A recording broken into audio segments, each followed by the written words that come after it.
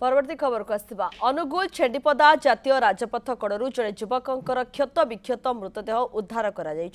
मृतक जनक हेले बागड़िया गाँव तुषारकांत देहुरी पारिपार्श्विक स्थित युवक को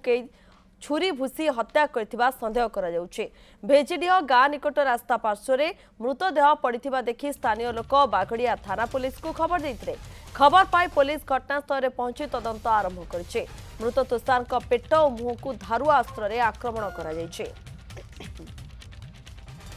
पार्थसारथी दास रोचंती अधिक सूचना देबा पाई। पार्थसारथी सूचना कौन रोची खबर को नहीं देखो प्रियंका निश्चित भाव कह रास्ता कड़े जड़े युवक क्षत विक्षत मर शरीर पड़ रही जेहेतु से देहरे विभिन्न जगह क्षत रही पेट क्षत रही मुहर क्षत रही निश्चित भाव आम कहीपर जहाँ अनुमान कर पुलिस जे कई छुरी भूसी हत्या करी तो किए कहीं हत्या कला तार तदंत पुलिस आरंभ करी कथा हूँ जे रास्ता कड़े बर्तमान मृतदेह पड़ी घर लोक आसी पहुंची सारी से डिमांड कर किए कहीं